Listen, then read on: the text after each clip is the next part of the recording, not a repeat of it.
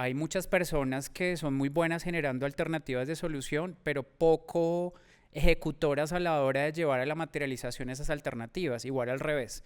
Lo que buscamos con esto es tener un punto en medio, en donde yo logre abordar las problemáticas que estamos enfrentando hoy en día con una mirada distinta. ¿Qué pasa? Muchas organizaciones nos acostumbraron a reaccionar. Entonces se volvieron muy buenos reaccionando, pero olvidaron el chip de la evolución. ¿Y qué es olvidar el chip de la evolución? Lo que da el diseño de futuros. Es pensar, ok, listo, ya reaccioné este año con X reforma, ¿y qué va a pasar después? Lo que mencionabas ahora, el poder de la anticipación también. Exacto, el poder de la anticipación. Entonces reaccioné este año, ¿y qué va a pasar después? Y siempre el reto principal es la acción en el presente. Si no llego a la acción en el presente, entendiendo que voy a definir una ruta de avance, eso se me queda en un sueño. Y la visión sin acción es un sueño. La visión con acción puede llegar a ser una realidad hacia donde yo puedo dirigir el camino.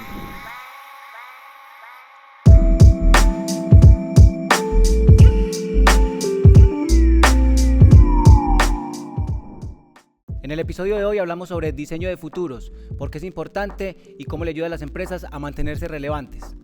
Hola, soy Carlos Jaramillo, cofundador de Distilled Innovation y su host en Backlog, el podcast donde coleccionamos conversaciones increíbles con personajes inolvidables, y hoy no es la excepción. Nos acompaña Óscar Hernández. Óscar es el cofundador de Exponencial Laboratorio de Futuros. Además de eso, es estratega y consultor en prospectiva, innovación y diseño de futuros.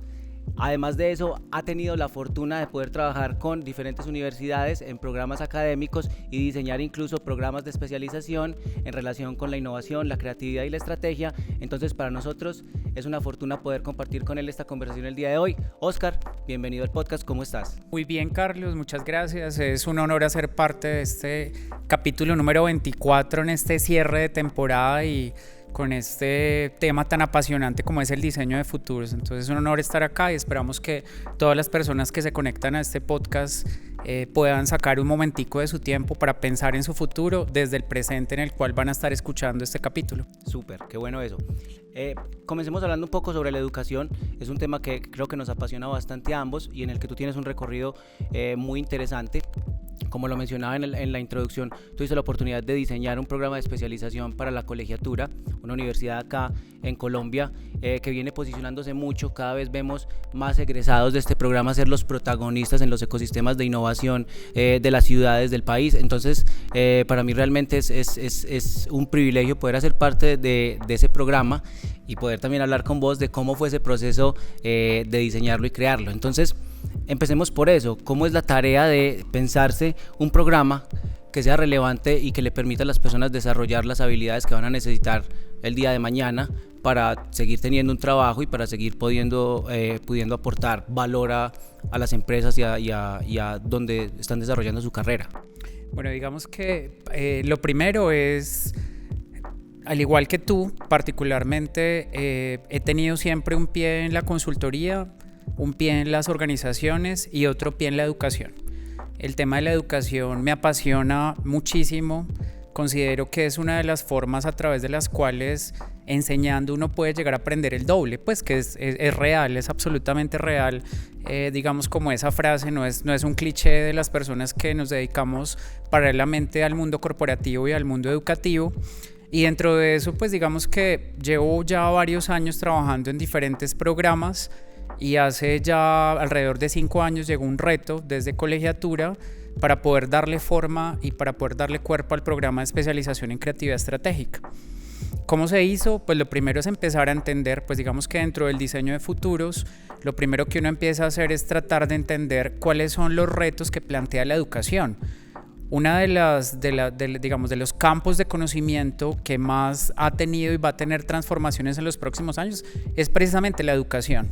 Sabemos, y los críticos hablan de que llevamos más de 100 años y no se han modificado enormemente los procesos educativos, y desde hace más o menos unos 10 o 15 años se han empezado a abrir la puerta hacia otras lógicas distintas.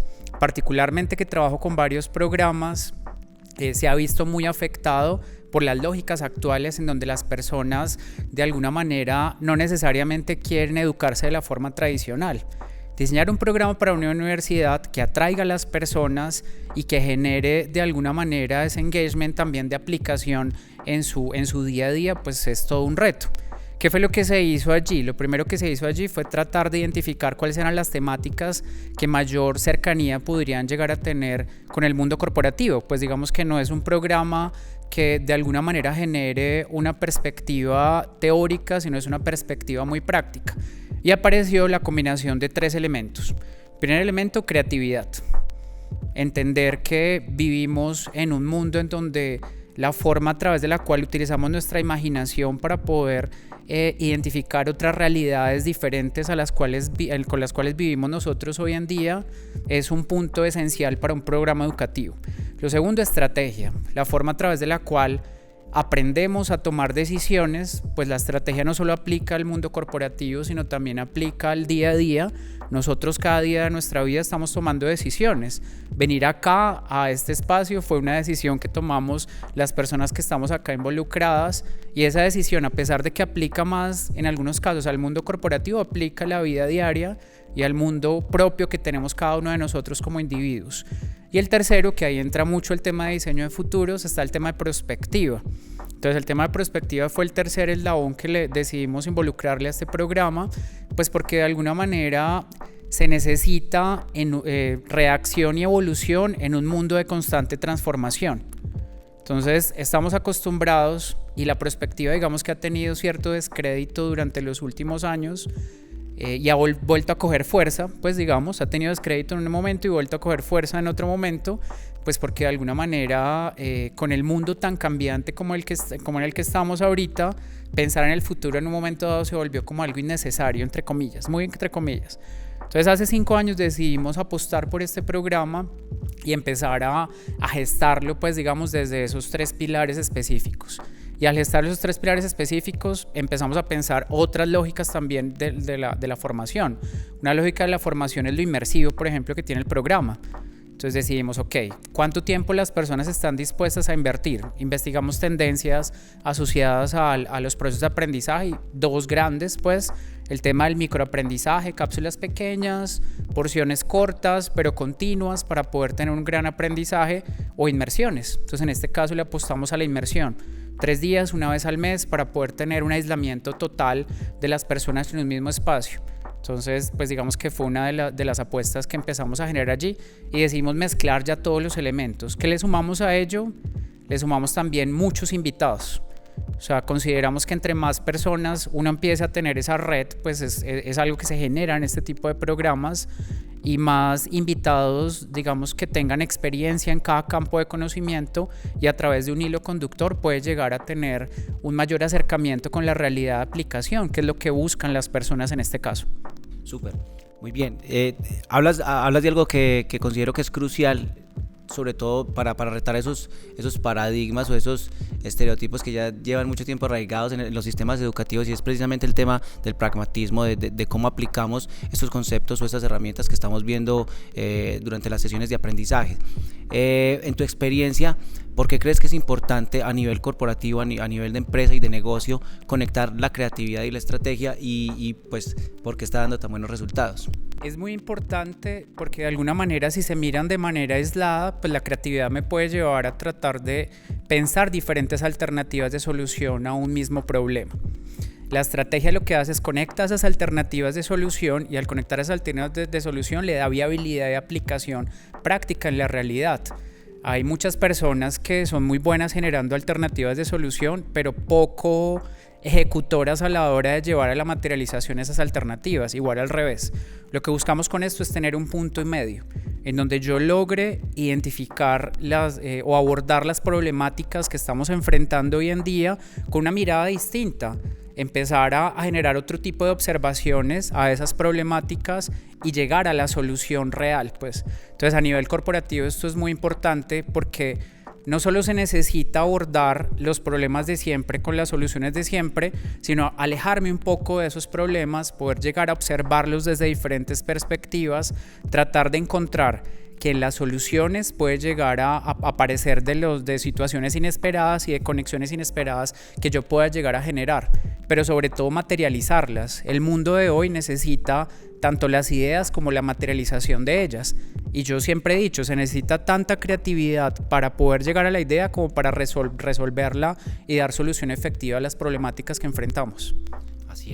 Así es. Ahí planteas algo muy importante y es no solamente es el esfuerzo de generar la idea, que sí es algo que se puede entrenar y que nos podemos volver mucho más ágiles en esas, pero luego el esfuerzo para transformar esa idea en algo tangible y que es cierto que empiece a crecer y a generar valor. Y creo que también estamos en un punto súper privilegiado donde las empresas, sobre todo ante el auge de tantas tecnologías, de la inteligencia artificial, en donde estamos valorando mucho más esas habilidades, a veces incluso mal llamadas blandas, que nos hacen únicos, pero que nos permiten incluso potenciar actividades tan importantes como la estrategia desde la creatividad. Súper clave eso. Así es. Digamos que nosotros, dentro de lo que hacemos, identificamos, y dentro de lo que hago cotidianamente, identificamos dentro de esas habilidades de futuro 7 habilidades, que dentro de las cuales pues digamos que está el tema de la creatividad y la estrategia, que le puedo agregar digamos una octava. La primera de ellas que asociamos es toda la idea de la curiosidad. ¿Y qué es la curiosidad? La curiosidad es la capacidad de preguntarnos y la capacidad de asombrarnos y la capacidad de observar desde una perspectiva distinta los problemas de siempre. Entonces esa curiosidad a través de la capacidad de hacernos las preguntas correctas, y dicen que el futuro empieza con una pregunta, y las grandes transformaciones que hemos tenido nosotros como sociedad o como humanidad han empezado con una pregunta. Warren Berger, uno de los teóricos de innovación que les quiero recomendar a las personas que están escuchando este podcast, habló acerca de algo que se llama las preguntas hermosas. Así como lo oyen, preguntas hermosas. El término pues puede llegar a resultar un poco extraño pues. Y él habla acerca de 3 tipos de preguntas. La pregunta ingenua, que es la pregunta del por qué. Y yo puedo empezar procesos de futuro, de creatividad, de estrategia, haciendo la pregunta ingenua del por qué. La segunda pregunta es la pregunta del soñador, que es el qué tal si. Que muchas veces, ¿qué tal si viviéramos en un mundo mejor? ¿Qué tal si viviéramos en un mundo gobernado por otras personas? ¿Qué tal si nos lleva a la pregunta del soñador? Podemos sumar esas dos, pero es muy importante también la tercera, que es la pregunta realista, que es el cómo. La curiosidad se basa en formularme esas 3 tipos de preguntas, y siempre he dicho que el futuro empieza con una pregunta provocadora.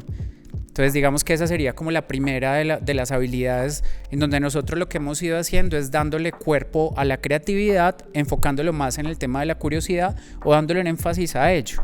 El segundo es el tema del aprendizaje, que tratamos digamos de generar. Y aprendizaje es ese cliché que a veces nos dicen que hoy en día somos aprendices eternos. A mí algo que me encanta de trabajar en lo que trabajo, porque en realidad soy un privilegiado de poder trabajar en algo que de alguna manera disfruto mucho, es esa posibilidad de que al trabajar en futuros, trabaja uno para algo desconocido. El futuro es el verdadero territorio de la creación, es mi punto de vista. La incertidumbre es el mundo de las oportunidades.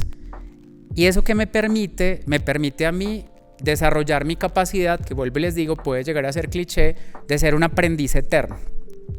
¿Qué es ser un aprendiz eterno? No considerarme experto en algo, sé más de algo. En este momento de diseño de futuros he tenido la posibilidad de aprender más de ello, de enseñar sobre ello, pero no me considero experto en ello. La experticia únicamente cubre el 5% de mi capacidad. ¿Dónde está el otro porcentaje de mi capacidad? El 13% está en aquellas cosas el aprendizaje potencial, aquellas cosas que yo quiero aprender y sé que quiero aprender, y los proyectos me llevan a buscar esas formas de aprendizaje. El 2% se puede decir que es un aprendizaje perdido. ¿Qué es un aprendizaje perdido? Que uno muchas veces dice, pero yo ¿por qué aprendí de eso? No sé, las personas que probablemente no utilizan hoy en día ese aprendizaje para algo, hicieron de pronto algún curso de actuación, algún curso de pintura, y uno dice, pero hoy yo soy el CEO o yo soy el X cargo, yo no utilizo eso para nada. Sí lo estás utilizando para algo, y representa un aprendizaje, se puede decir perdido, así se enuncia. Y el verdadero territorio del aprendizaje de oportunidad está en el 80%, que son aquellas cosas que no sé. Tú ahorita anunciabas, hoy en día las tecnologías, el cambio exponencial, que ahorita hablamos un poco de eso, nos lleva a que cada vez más ese 80% haga, y el ser aprendiz eterno es estar abierto a ese nuevo conocimiento que se empieza a generar allí. Y la habilidad de ser un aprendiz eterno, de hecho, se involucró mucho en este tipo de programas, porque uno puede llegar a aprender de metodologías de creatividad, metodologías de estrategia, metodologías de innovación, metodologías de prospectiva, pero esas metodologías pueden perder vigencia en 2 o 3 años. O sea, ya todo el mundo las aplica, todo el mundo las usa y pierden vigencia. ¿Qué pasa cuando pierden vigencia? Yo soy certificado en X metodología, si no tengo esa habilidad de volver a aprender, reaprender y desaprender, pues que eso puede sonar a cliché, pues lo que voy a hacer es adaptar eso a las nuevas condiciones del entorno que me empieza a implementar. Entonces no voy a ser experto en una metodología, sino voy a tener una mentalidad que me permite ser flexible para poder aplicar herramientas, metodologías, habilitadores según la necesidad que tenga en un momento dado.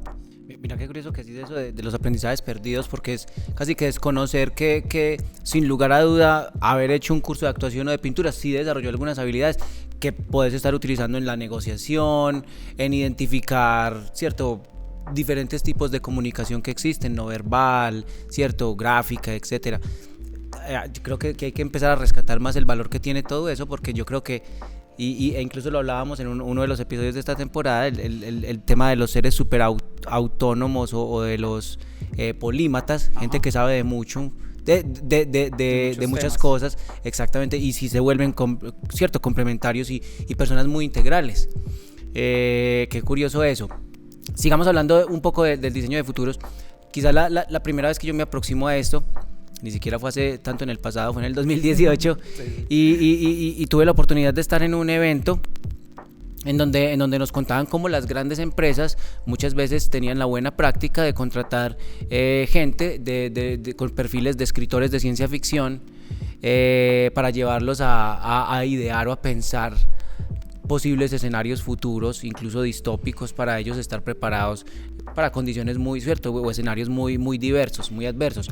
Como tú dices, yo creo que eso es una disciplina que hoy se está demandando mucho, que es una actividad que está cobrando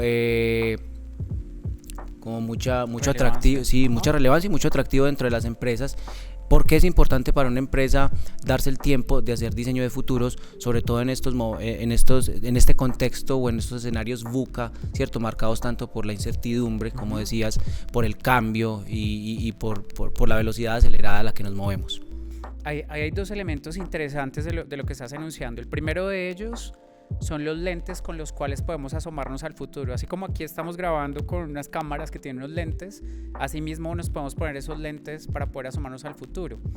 Uno de los lentes, digamos que todo ese tema de observar el futuro ha tenido como muchos campos de conocimiento interesantes, que es interesante uno también saberlos para poder entender por dónde es que se está metiendo de cara hacia el futuro. El primero de ellos, voy a anunciar solo 3 de ellos.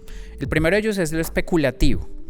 Lo que estás diciendo el tema de contratar escritores de ciencia ficción me lleva a la especulación. Claro, no sabemos qué puede pasar ni siquiera mañana, cuando las personas dejen de escuchar este podcast. No hay una evidencia clara, que de hecho al principio eso era uno de los temas. Las personas que trabajamos en futuro nos asociaban a videntes, adivinos, y lo que no se dan cuenta las personas es que en realidad eso hace parte de nuestra propia humanidad. ¿Qué hizo parte de nuestra propia humanidad? Esa posibilidad de pensar que en algún momento dado nuestro futuro era lo que los dioses querían, que es la era del fatalismo con respecto al tema del futuro. En nuestro país hay muchas personas que si nos vamos a ver el día de mañana o la próxima semana dicen, si Dios quiere nos vemos. Claro, no va a entrar en temas de pronto de debate religioso ni nada por el estilo, pero el si Dios quiere no está el futuro en mis manos. Ya aparecen las cartas de tarot, aparecen los oráculos que empiezan a identificar un poco, bueno, qué pistas pueden haber. Ya aparecen los estudios de tendencias o aparece la especulación asociada a la ciencia ficción, que hoy en día se puede llegar a sorprender de qué tan cercana está la ciencia ficción. Tal vez hace 20 años, si uno veía una película de ciencia ficción, estaba muy lejos. Hoy en día uno dice, ya pasó. Ya vi ese lente. Ya vi ese auto, no sé qué.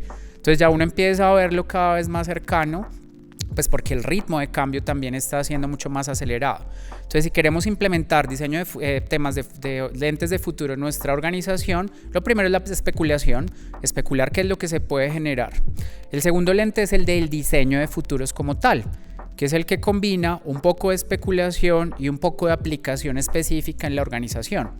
El diseño de futuros es el estado intermedio entre los dos, donde lo que yo hago es entiendo, pero también utilizo mi imaginación para poder identificar que las cosas pueden pasar y ser distintas. Y hay una palabra aquí muy importante que es la anticipación. ¿Qué es anticipar? Anticipar es prever las consecuencias de mis actuaciones presentes y entender que puedo tener muchas alternativas a futuro sobre las cuales puedo identificar sobre cuál yo puedo generar y dirigir una estrategia, por ejemplo, que es la famosa planeación por escenarios. Planeación por escenarios la utilizamos con muchas organizaciones en nuestra actividad diaria. ¿Y qué es la planeación por escenarios? Es identificar qué posibilidades de ocurrencia pueden aparecer, cómo identificamos riesgos, anticipamos esos riesgos o cómo identificamos posibles rutas de evolución de una organización. Y el tercer lente es el lente de la prospectiva. ¿Qué es el lente de la prospectiva? El lente de la prospectiva, a mí me gusta mucho combinar los tres, por ejemplo. El lente de la prospectiva es el lente que lleva ya a la acción.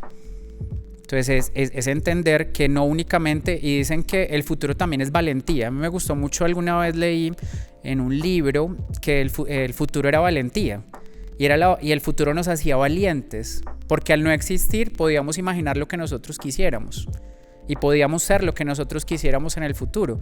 ¿Qué es lo que pasa a veces cuando te dicen proyectemos el sueño o el deseo de la organización en 10 años, en 5 años, en 3 años? Normalmente se utilizan los lapsos de tiempo más largos para poder identificar y para poder prever todo esto. Entonces la perspectiva, lo que me lleva a mí es a materializar y a llevar a la realidad. Y ser valiente, ¿qué es? Ser valiente es hacer que el futuro suceda. Cuando nosotros en estos ejercicios nos quedamos solo en la imaginación, en lo que va a pasar más adelante, y nos quedamos ahí, y en la realidad y en la cotidianidad seguimos haciendo las cosas de la misma forma, pues se nos vuelve un libro, un estudio muy interesante, y uno de los retos principales que tenemos las personas que nos dedicamos a esto, precisamente es hacer que ese futuro se haga realidad y romper con algo muy importante que es el sesgo del presente. ¿Qué es el sesgo del presente? El sesgo del presente es la satisfacción inmediata versus el beneficio futuro. Estamos ante soluciones inmediatistas y esas soluciones inmediatistas nos llevan a una satisfacción inmediata, que es lo que nos pasa si lo enfocamos en lo personal. Cuando nos comemos el dulcecito y estamos en dieta, pues, o estamos en algún tema de salud complejo, cuando yo visualizo las consecuencias futuras y empiezo a entender que las pequeñas acciones pueden generar grandes transformaciones, realmente llevo el futuro al presente y lo acciono. Entonces hemos pasado por esos diferentes lentes y vemos la importancia de cada uno de cara a la empresa.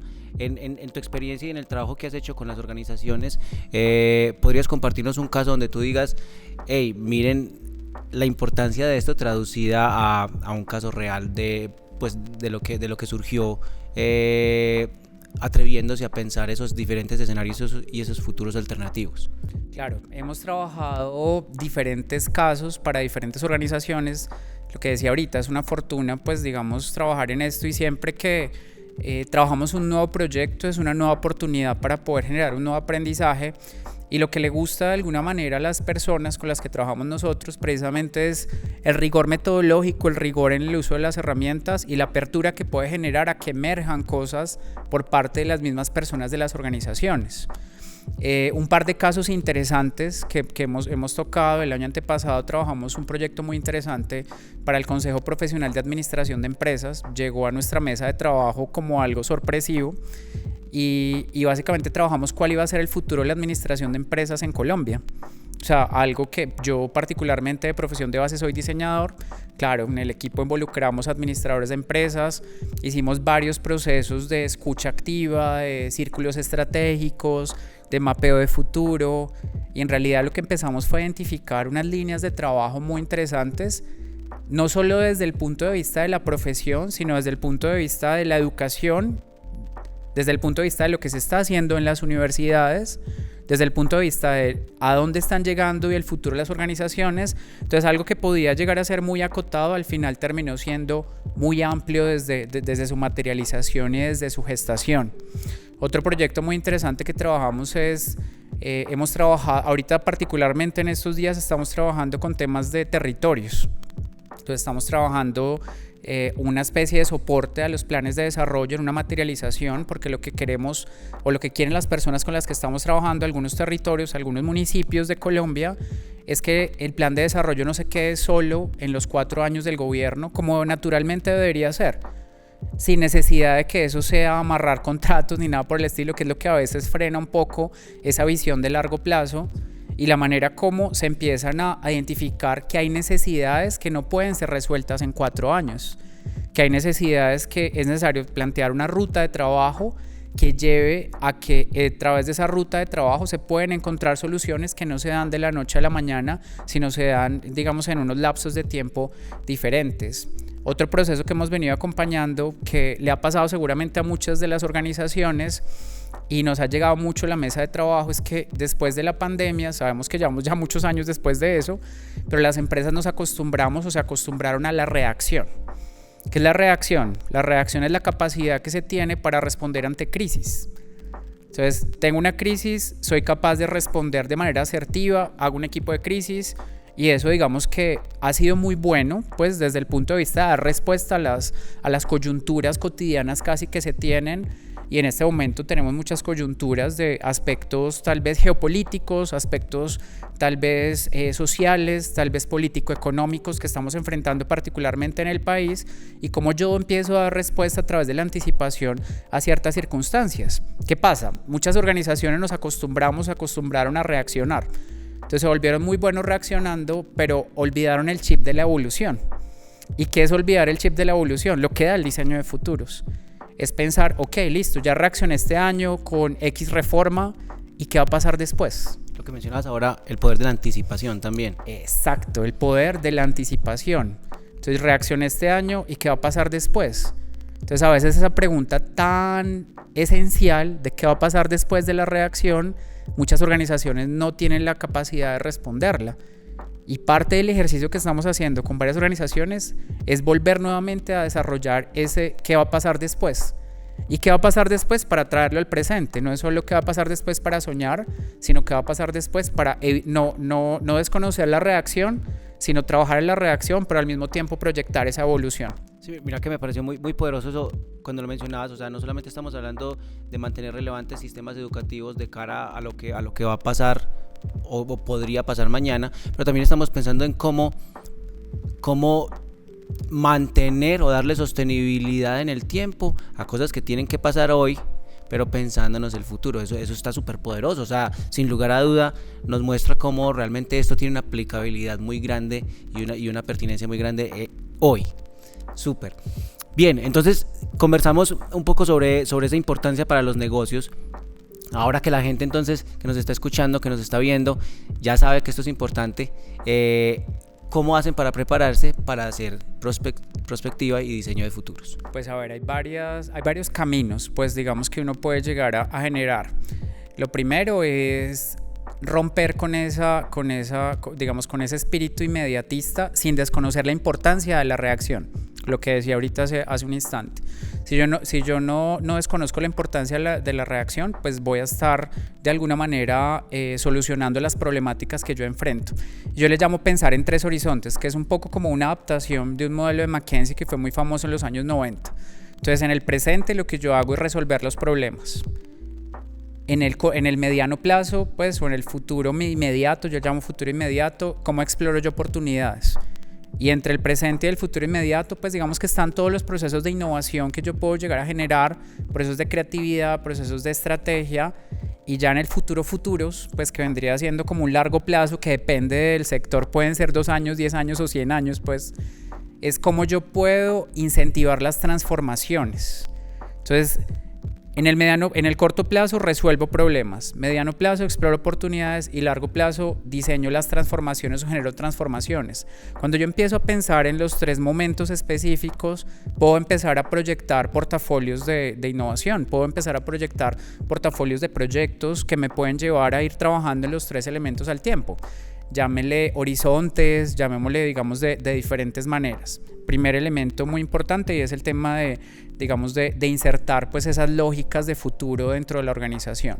Segundo elemento, empezar a entender si yo necesito un observatorio, por ejemplo, empezar a rastrear cuáles son esas señales. Hoy en día hay muchas agencias que se encargan de hacer ese rastreo de señales, llámese tendencia, nosotros le llamamos fuerzas.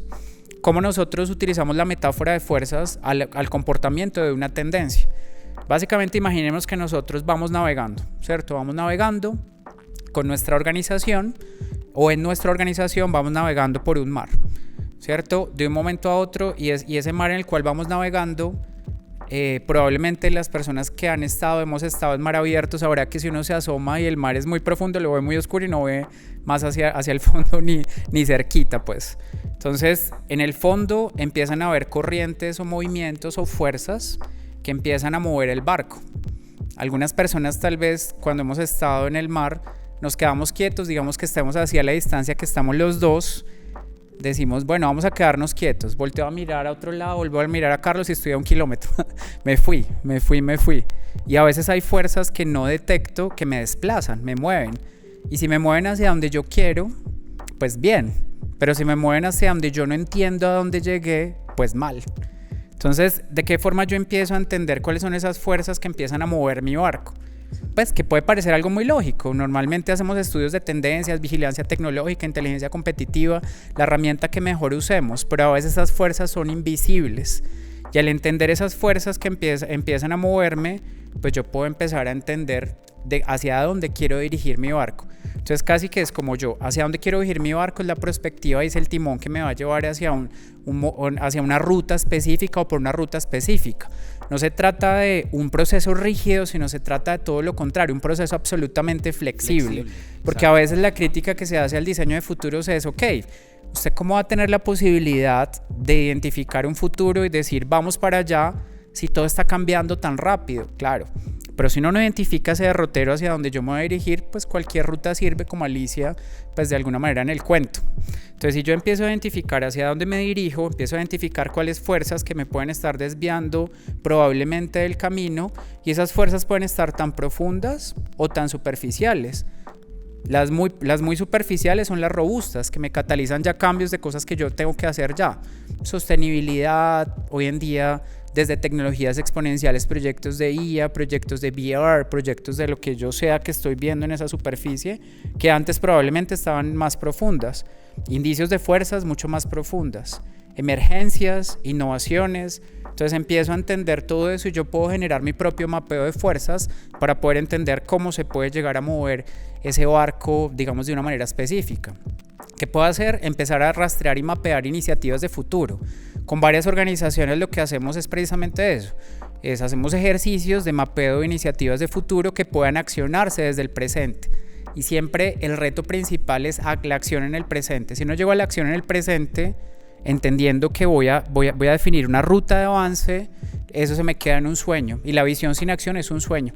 La visión con acción puede llegar a ser una realidad hacia donde yo puedo dirigir el camino.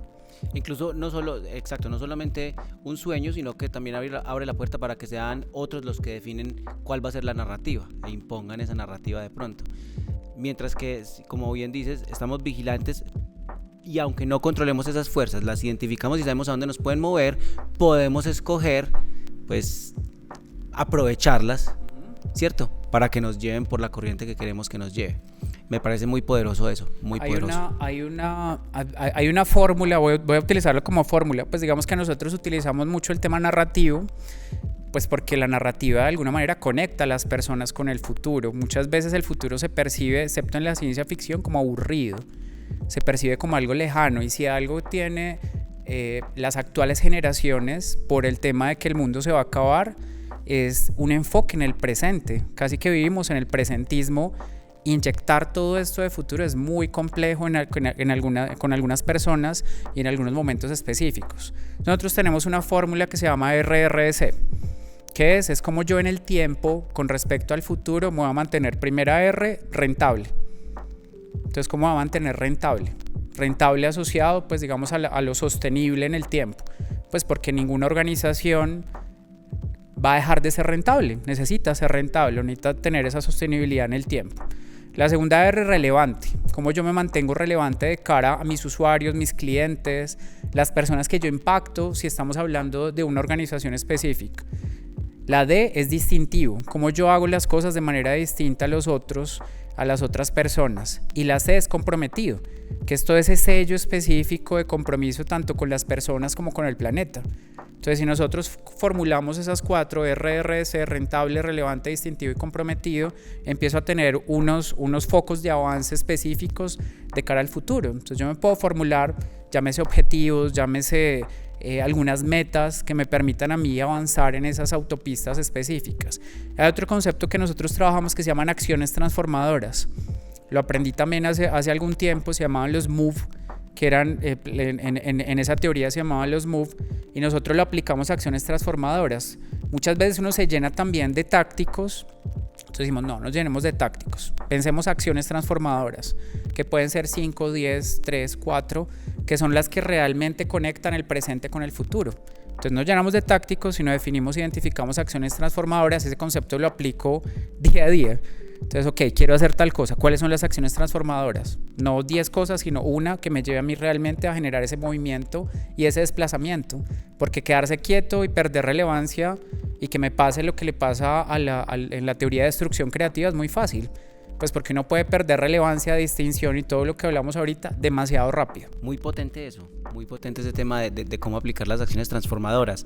Bueno, nos has comentado un poco de esos casos y de la experiencia que has tenido con otras organizaciones, de todo este trabajo que has hecho con diferentes clientes y todo este conocimiento que has ganado acompañando a diferentes empresas. ¿Cuáles son esos posibles futuros hoy, tanto para Colombia como para Latinoamérica? Tanto en escenario de riesgo como de oportunidad a los cuales de pronto les debemos poner atención, especial atención en tu opinión. Claro, a ver, voy a utilizar también para las personas que son curiosas y quieren profundizar en esto, hay un teórico que se llama Jim Dator. Jim Dator prediseñó 4 tipos de arquetipos de escenarios, que me parece interesante partir de allí. El primer arquetipo de escenario son los escenarios de transformación. El escenario de transformación, ¿en qué medida se da? Se da en la medida en que probablemente la situación que yo estoy enfrentando es positiva, pero el entorno en el cual yo estoy enfrentando esa situación es negativa. Si yo estoy enfrentando una situación positiva, hablemos de una organización. Entonces mi sector va bien, pero en general el entorno en el cual yo estoy inmerso no va tan bien. Situación política, económica. Entonces, si yo empiezo a identificar que mi sector no va bien, que mi sector va bien, pero el área específica a nivel de entorno no va tan bien, pues tengo que transformarme y moverme. Una de las, digamos, de los escenarios de transformación que yo puedo llegar a identificar acá es de qué forma yo puedo empezar a mirar mis capacidades desde lo dinámico, tanto desde el punto de vista de país como desde el punto de vista de Latinoamérica. Entonces, ¿de qué forma el entorno, las condiciones geopolíticas me están marcando un viraje distinto? Me están marcando que no sea seguidor, sino que de alguna manera empiece a utilizar esas capacidades que yo empiezo a identificar. Y puede parecer algo muy lógico, que de hecho se ha hablado mucho, temas de recursos naturales, ¿cierto?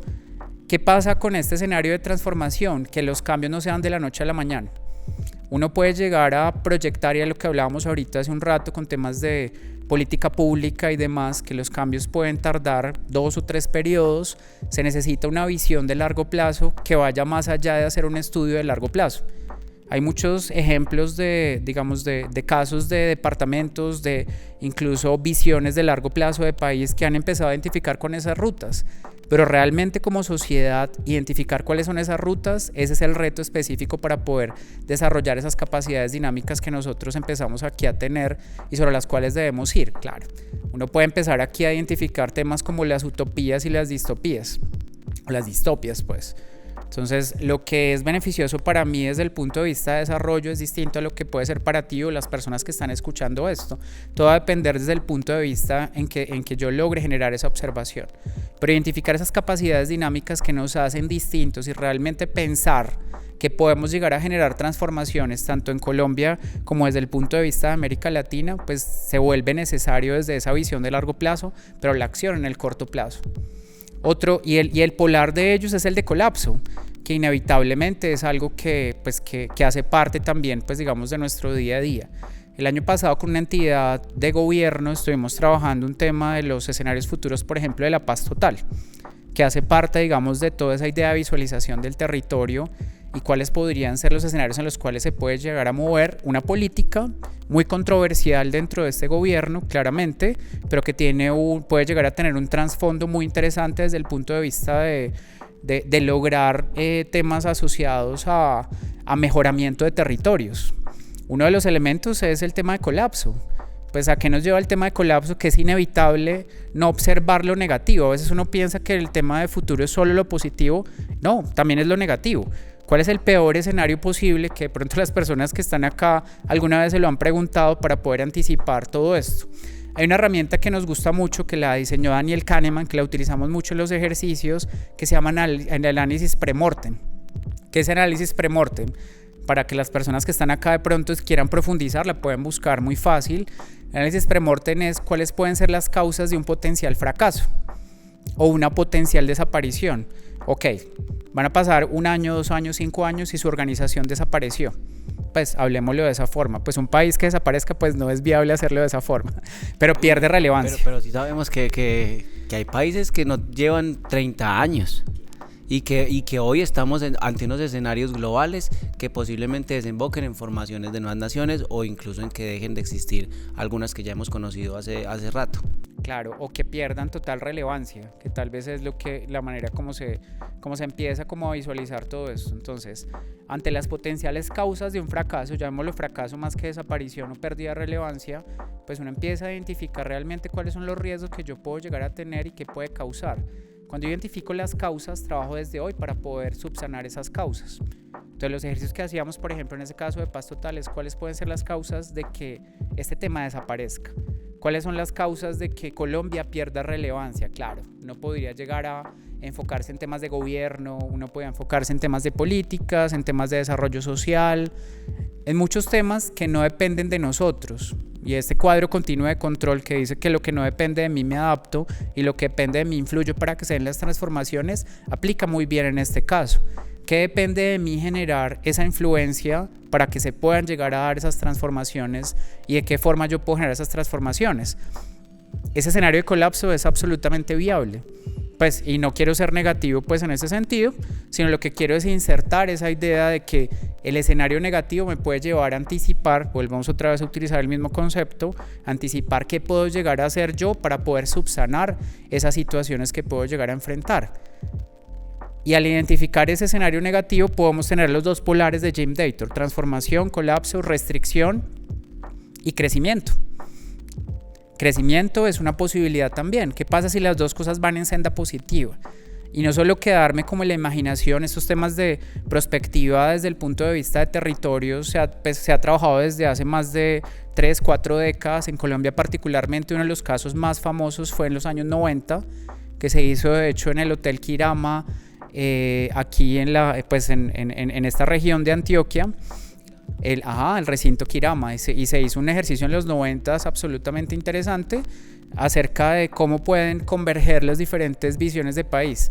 En esos ejercicios territoriales uno se sorprende, y es que finalmente las utopías son muy similares en lugares tan distantes como el departamento de Casanare, norte de Santander, toda la zona del sur.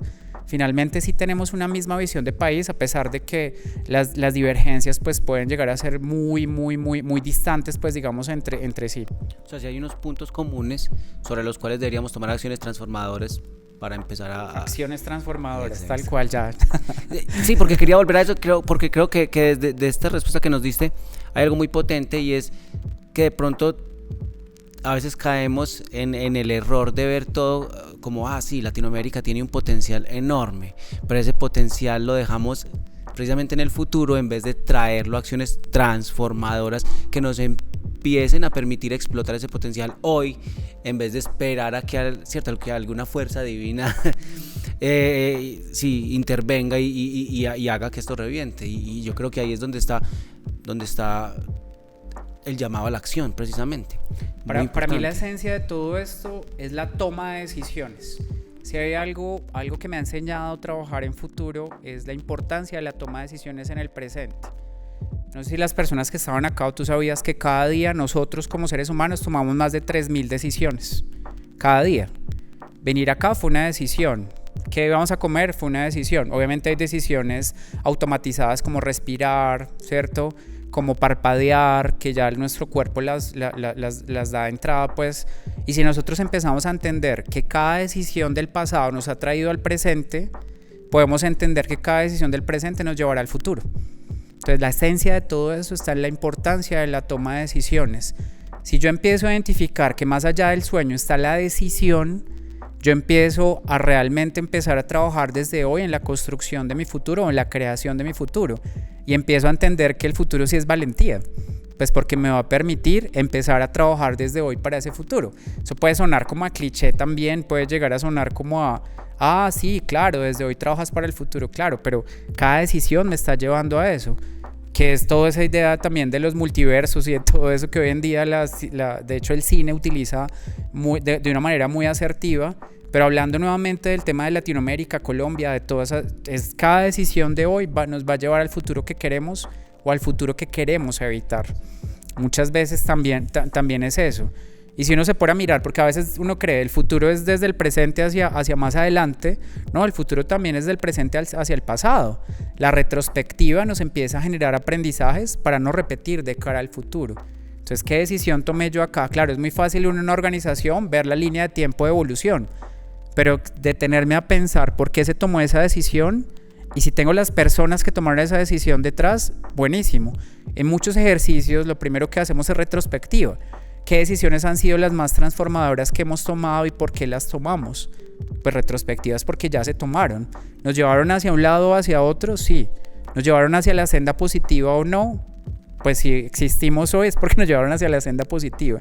Pero pensar que pensar en el futuro no es solo imaginar lo que va a pasar, sino pensar en qué es lo que vamos a decidir, que es también la importancia de conectarlo con la estrategia que era con lo que comenzábamos nosotros, que es la importancia también de la renuncia. O sea, para mí lo más importante, la estrategia que hace desde el punto de vista de futuro conecta el presente con el futuro. Es como ese motorcito que va a permitir esa conexión del presente con el futuro. Y yo puedo o tener ese futuro muy disperso en diferentes lugares, en donde cada uno va a tener un vector y me va a llevar a un esfuerzo, o concentrar los esfuerzos y pensar que todos los vectores pueden sumar y se pueden movilizar oportunidades de crecimiento. Si yo entiendo que lo tengo que movilizar, claro, eso requiere concertación, requiere inteligencia colectiva, requiere que las personas se pongan de acuerdo sobre cuál es ese vector que yo quiero llegar a impulsar en este caso, y si logro generar ese impulso, realmente puedo llegar a generar la transformación, y ese impulso es una decisión que debo tomar de manera anticipada, o si no, puedo ser el que se lo lleve la corriente a donde quiera, entendiendo que si los dos nuevamente estamos acá parados, volteo a mirar para otro lado, voy a estar en otro lado, yo voy a estar absolutamente perdido, que es lo que puede llegar a pasar, entendiendo que probablemente el panorama competitivo en el que yo estoy, si hablamos de organizaciones, no es el mismo, que con quien yo creía que competía no son los mismos, sino son distintos, que cambié de categoría y no me di cuenta, que puedo explorar otras alternativas de crecimiento alternativas, que puedo utilizar la emergencia de lo que empieza a aparecer en algún momento dado para poder tomar decisiones desde el punto de vista de la flexibilidad que me lleva al futuro. Súper. Bien, hablemos entonces de esta nueva etapa, también como emprendedor, ahora cofundador de Exponencial Laboratorio de Futuros. ¿Cómo nace esta idea? Y bueno, ¿y qué te estás pensando? ¿Cierto? ¿Cuál es la visión de futuro para esta nueva iniciativa? Bueno, digamos que desde hace ya, yo estudié prospectiva hace más de 10 años, trabajé mucho tiempo en diseño de producto y en diseño de servicios. Al estudiar prospectiva se me abrió un mundo de oportunidades, como el mismo enunciado del tema de futuro que decía ahorita hace un rato. Y al llenarse ese mundo de oportunidades, lo primero que pensé es eso lo tienen que conocer más personas.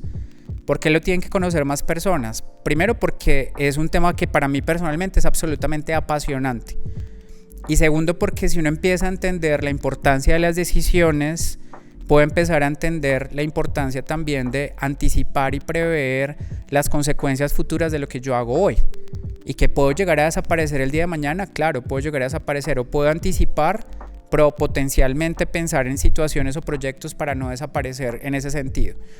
¿A qué vino a mí el tema de la exponencialidad? Pues obviamente está todo de las organizaciones EXO, pues dentro de eso, pero más allá de eso fue un gráfico que alguna vez vi de un autor que se llama Eric Astroteller, que hablaba acerca del crecimiento exponencial tecnológico.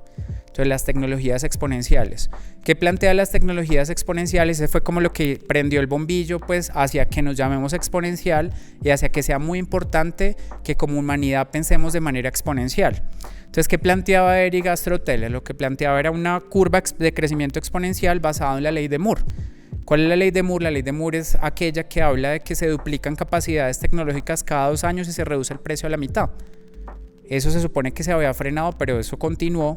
Entonces es cuando uno ve que, por ejemplo, hace 10 años hacerse un estudio de genoma podía llegar a valer $1 millón y hoy en día lo puede hacer con $3,000, pues, o sea, es algo así relacionado. Es tan fácil como escupir en un tarrito y mandarlo a que lo analice. Exacto, tal cual.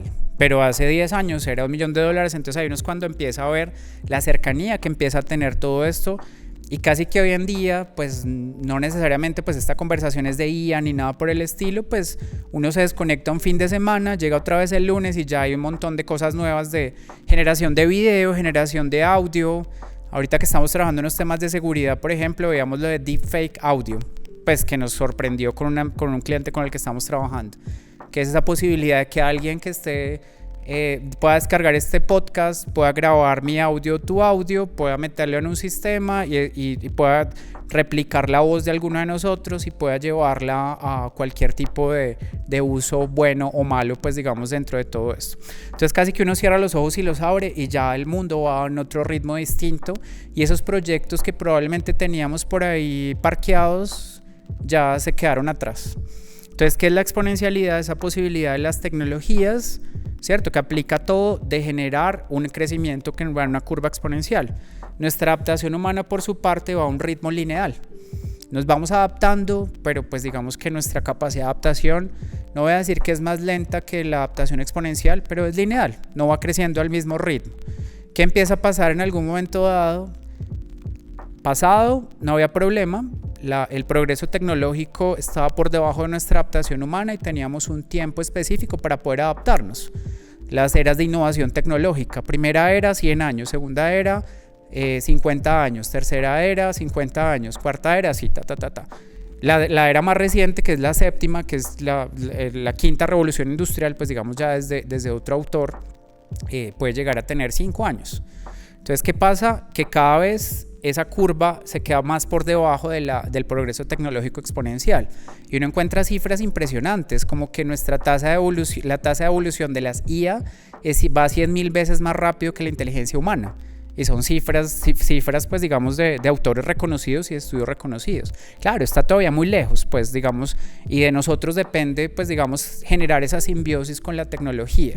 Entonces, si cada vez estamos más lejos de esa curva, de esa adaptación con respecto a la curva tecnológica, ¿qué es lo que empieza a pasar? Que cada vez nos vamos a sentir más perdidos y cada vez nos vamos a sentir más desactualizados, que es lo que nos puede llegar a pasar en algún momento dado. Entonces, ¿qué hago yo si cada vez la curva va por acá y yo tal vez voy en otro ritmo distinto? Necesito ver ese triángulo no como algo que me lleva a mí a desactualizarme, sino es algo que me lleva a mí a tener la necesidad de actualizarme. Y eso que me hace aprendiz eterno. Entonces, ¿qué le queremos inyectar nosotros tanto a las organizaciones, los territorios y las personas? Esa posibilidad de ser aprendiz eterno y de tratar de ayudarles a entender nuestra realidad, más allá de hacerles un curso de IA, un curso de Machine Learning, un curso de alguna de estas tecnologías, a entender cómo yo empiezo a generar esa adaptación y cómo yo empiezo a través del aprendizaje, y volvemos y conectamos, a entender que el tema es un tema de mentalidad de futuro. Y el tema de mentalidad de futuro nos lleva a otro concepto, que es la flexibilidad. Y es que yo puedo entender que cualquier cosa puede cambiar y ser diferente en cualquier momento. Y si yo no me preparo para entender hacia lo desconocido y yo me sigo poniendo esas camisetas de experticia absolutamente rígida, pues voy a perder relevancia en el mercado si soy una persona, voy a perder relevancia en el mercado si soy una organización y voy a perder relevancia en el contexto geopolítico si soy un territorio. Y bastante rápido. Ajá. Entonces ese fue digamos como el origen de todo esto. Llevamos ya alrededor de 5 años, pues digamos como a full, 100%, y cada vez aparecen y llegan proyectos más interesantes de acompañamiento de transformaciones de universidad. Hemos trabajado para diferentes sectores. El sector seguridad es uno que no tenía dentro del rastreo, pues digamos, de potenciales sectores, y es algo que ha generado de alguna manera una oportunidad. Sector justicia también, hicimos por ahí un proyecto para unos jueces en un país de Centroamérica. Trabajamos también para el sector salud con algunas IPS pues aquí a nivel local. Temas de educación, hemos trabajado ya con 4 universidades sobre su plan a futuro y la manera como se puede llegar a generar transformaciones sin perder el corazón de la compañía. Sector retail, por ejemplo, algo que nosotros trabajamos mucho con las organizaciones se llama el espíritu fundacional, y es eso que no cambia. Muchas veces uno se concentra en lo que cambia. Nosotros partimos de entender cuál es el corazón de lo que no va a cambiar hacia el futuro para poder proyectar y unir los cambios que se empiezan a dar con esa evolución del espíritu fundacional. Que realmente no hay una pérdida de esencia. No, o sea, y ese es el objetivo. A veces las personas creen que todo este tema es de cambiar todo y adaptarnos de manera vertiginosa y tal vez un poco desordenada a las nuevas lógicas de lo que se está planteando, pero cada organización, cada persona, cada territorio tiene su propio ritmo y es necesario generar y gestar su propio portafolio de iniciativas, de proyectos para poder anticipar precisamente esos cambios, pues que si no lo pueden llevar a desaparecer. O sea, el tema de la desaparición es absolutamente inevitable. Súper. Muy bien, Oscar, llegamos a la recta final entonces del episodio, y aquí 2 preguntas que siempre están fijas dentro del programa, dentro del podcast, y la primera es, ¿cuáles son esas herramientas tecnológicas o tradicionales, cierto, análogas, no necesariamente digitales, ese contenido, esos libros, esas series, lo que has consumido, lo que estás utilizando últimamente que te hace más fácil la vida, que te ha inspirado, que te ha mostrado nuevas oportunidades y que le quieras compartir a las personas que nos están escuchando, que nos están viendo? ¿Qué ha pasado por ahí? Precisamente tiene que ver con lo que hablábamos al principio, es esa capacidad de ser aprendiz eterno. Entonces, ¿qué es ser aprendiz eterno? Es entender que ese aprendizaje perdido del que hablábamos al inicio, de pronto las personas que escucharon al inicio de eso, pues definitivamente es algo que yo puedo llegar a aplicar dentro de mi propio banco de herramientas. Ya desde el punto de vista de cursos, desde el punto de vista de procesos formales o informales de aprendizaje, hay muchos elementos y muchos insumos que se pueden llegar a dar, pues digamos, en esta vía. La especialización en creatividad estratégica es un buen fin, pues digamos, para poder cumplir con ese banco de herramientas, que es también con lo que arrancábamos, pues digamos, este episodio. Hay muchas otras universidades que ofrecen cursos largos, cursos cortos, pues que pueden llegar a tener que ver con ese banco de herramientas. Yo siempre he dicho, cuando yo aprendí prospectiva, aprendí muchas herramientas, pero entender la lógica de aplicación de las herramientas requiere de aterrizarlas a la realidad cotidiana de las organizaciones y las empresas. El Instituto del Futuro, un instituto que está localizado en Nueva York, tiene unos cursos en Coursera muy interesantes también, si se quiere generar, pues digamos, todo esto. Hay unos libros, hay uno que es pensar a largo plazo, hay unos de prospectiva también absolutamente interesantes. Escuchar este podcast y todos los episodios también hace parte de esa idea de ampliar nuestro mindset de futuro y nuestro mindset de decisión que podemos llegar a generar, pues digamos, dentro de este proceso. Y sobre todo, lo más importante, estar abierto a lo que cambia de lo que no cambia, lo que permanece y lo que de alguna manera puede llegar a generar esa transformación para no perder la esencia y proyectarse hacia otras posibilidades distintas, pues dentro de lo que nosotros empezamos a generar acá. Genial, muchas gracias ahí por compartirnos esos detalles. Y finalmente tenemos esta cámara y obviamente el micrófono abierto para que nos contés, y a todas estas personas que nos han seguido, no olviden también suscribirse, contarnos en las redes sobre qué quisieran que hablemos, a quienes les gustaría ver también en los episodios, pero para dejarle el espacio a Oscar, entonces, ¿dónde te pueden encontrar, dónde se pueden conectar contigo y a qué nos quieres invitar también? Bueno, mil gracias por esta invitación a participar en este interesante proyecto de podcast que ya pues se cierra este capítulo 24, afortunadamente, muchos invitados fantásticos pues que se han tenido. A escuchar todos los capítulos pues es la primera invitación. Y lo segundo es a observar el futuro como el verdadero territorio de las oportunidades. O sea, no ver el futuro y la incertidumbre como algo negativo, que nos lo han vendido como algo negativo, sino verlo como algo positivo, porque el futuro es el verdadero territorio para la creación. Cuando uno empieza a entender que el futuro es el momento, el espacio vacío que no existe, pero sobre el cual yo puedo hacer lo que quiera y puedo obviamente accionar desde lo que quiera, yo puedo generar la transformación que se me ocurra. ¿Dónde me pueden encontrar? Mi red social favorita es LinkedIn. Soy muy activo en LinkedIn, aparezco como Oscar Exponencial. Allí me pueden encontrar, podemos allí establecer contacto. Yo soy absolutamente juicioso, todas las semanas publico normalmente un estudio global de algo que tenga que ver con el futuro asociado pues a alguno de los sectores pues en los cuales estoy trabajando. Las personas que me escriban también a través de allí pues, les puedo dar acceso a un drive con información actualizada pues también dentro de lo que nosotros podemos llegar a generar acá. Y nada, la invitación es eso, a escuchar este podcast y ver el futuro como el territorio de las oportunidades. Súper. Bueno, pues entonces hasta aquí llega este episodio. A Oscar, muchísimas gracias por compartir todo este conocimiento con nosotros, por hablar del futuro, de la importancia de atrevernos a pensarlo y sobre todo a crearlo desde lo que estamos haciendo hoy en el presente. Y a ustedes los vemos en una próxima temporada también, en un próximo episodio. Hasta la próxima. Chao, chao.